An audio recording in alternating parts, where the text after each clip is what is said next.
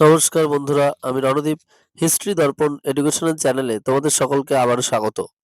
আজ আমাদের আলোচনার মূল টপিক হলো, তোমরা যারা উচ্চ মাধ্যমিক এবছর চতুর্থ সেমিস্টার দিতে চলেছ, আগামী ফেব্রুয়ারি মাসে তোমরা যারা এই চতুর্থ সেমিস্টার পরীক্ষা দেবে এবং তোমাদের যাদের ইতিহাস রয়েছে উচ্চ মাধ্যমিকে, তাদের এই ইতিহাস থেকে কি ধরনের প্রশ্ন আসবে, বিশেষ করে 8 নম্বরের কোন প্রশ্নগুলো তোমরা যদি পড়ো তাহলে আর কোনো প্রশ্নই তোমাদের পড়তে হবে না, সে সংক্রান্ত প্রশ্নগুলো নিয়েই আজকে কিন্তু আলোচনা করব। অর্থাৎ এই প্রশ্নগুলো তোমাদের মোস্ট ইম্পর্টেন্ট, এবং আমরা এটুকু তোমাদেরকে গ্যারান্টি দিতে পারি যে এর বাইরে থেকে কোনো প্রশ্ন আসবে না। আর অবশ্যই তোমরা কিন্তু উচ্চ মাধ্যমিক যে ফোর্থ সেমিস্টারটা দিতে যাবে, তাই যাওয়ার আগের দিন অবশ্যই কিন্তু তোমরা লাস্ট মিনিট সাজেশনটা দেখে যাবে। তার বাইরে থেকে কিন্তু কোনো প্রশ্ন আসবে না, হুবহু প্রশ্ন তোমরা কিন্তু কমন পাবে। আর সেই নিয়েই কিন্তু আজকে আলোচনা করব। তবে আজকে বেশ কিছু 8 নম্বরের প্রশ্ন আলোচনা করব, আশা করি এর বাইরে কোনো 8 নম্বরের প্রশ্ন আসবে না। আর যারা ফলো করছো তারা অবশ্যই উপকৃত হবে। আর অবশ্যই তোমরা যদি নতুন হয়ে থাকো এই হিস্ট্রি দর্পণ চ্যানেলে, অবশ্যই কিন্তু হিস্ট্রি দর্পণ চ্যানেলটিকে সাবস্ক্রাইব করে তোমাদের সুবিধার্থে নোটিফিকেশন অন করে রাখবে, এবং বন্ধু বান্ধবদের মাঝেও কিন্তু শেয়ার করতে একদম ভুলবে না।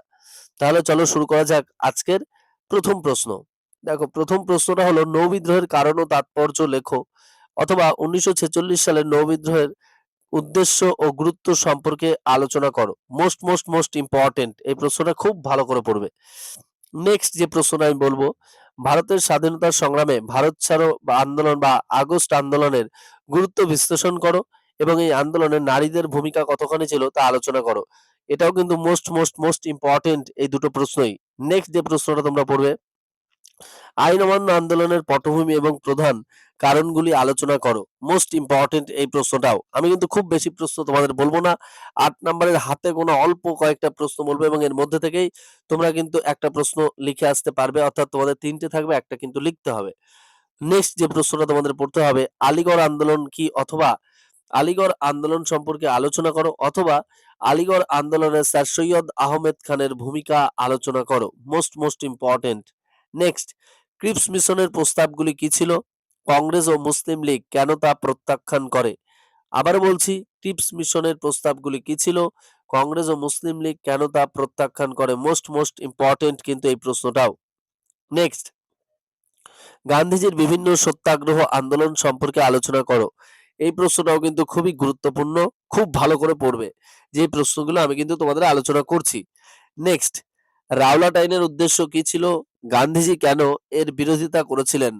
মোস্ট ইম্পর্টেন্ট কিন্তু এই প্রশ্নটাও। নেক্সট, জালিয়ানওয়ালাবাগ হত্যাকাণ্ডের পটভূমি এবং ঐতিহাসিক তাৎপর্য সম্পর্কে আলোচনা করো। এই প্রশ্নটা তোমাদের এইবার এই পরীক্ষার জন্য কিন্তু খুবই গুরুত্বপূর্ণ।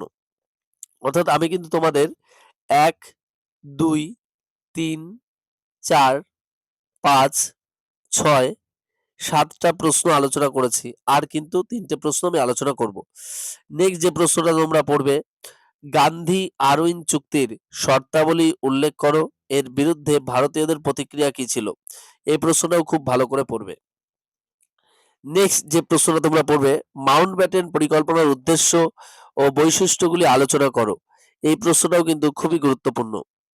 নেক্সট যে প্রশ্নটা তোমরা পড়বে, 1909 সালের মল্লেমেন্টো শাসন সংস্কার বা মল্লেমেন্টো আইন এবং 1935 সালের ভারত শাসন আইন সম্পর্কে আলোচনা করো। এই যে প্রশ্নগুলো আলোচনা করলাম, এই যে 9টা প্রশ্ন তোমরা যদি খুব ভালো করে পড়ে যাও, আশা করি তাহলে কিন্তু তোমাদের আর কোনো প্রশ্ন বাদবে না, এবং এই প্রশ্নগুলোর মধ্যে থেকেই কিন্তু তোমরা 8 নম্বরের একটা প্রশ্ন কিন্তু কমন পেয়ে যাবে। তাহলে বুঝতেই পারছো।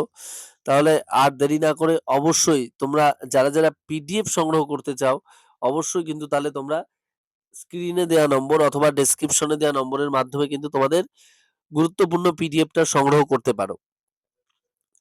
আর তোমাদের আরো কি ধরনের ভিডিও প্রয়োজন, অবশ্যই কিন্তু তোমরা কমেন্ট বক্সে কমেন্ট করে জানিও। আমরা চেষ্টা করব সে ধরনের ভিডিওই তোমাদের উপস্থাপন করার। আর ভিডিওটি সম্পূর্ণ দেখার জন্য তোমাদের সকলকে অসংখ্য ধন্যবাদ। আর দেখা হচ্ছে পরবর্তী ভিডিওতে। আর অবশ্যই পরীক্ষা ভালোভাবে দিতে হলে এবং চতুর্থ সেমিস্টার ইতিহাসের সর্বোচ্চ নম্বর পেতে হলে অবশ্যই কিন্তু তোমরা পরীক্ষার আগে হিস্ট্রি দর্পণ চ্যানেল থেকে লাস্ট মিনিট সাজেশনটা অবশ্যই দেখে যেও। আশা করি তাহলে তোমাদের পরীক্ষা খুবই ভালো হবে এবং তোমরা যে মার্কস পেতে চাইছো সেই মার্কসই তোমরা কিন্তু নিয়ে আসতে পারবে। তাহলে দেখা হচ্ছে পরবর্তী ভিডিওতে। ধন্যবাদ সকলকে।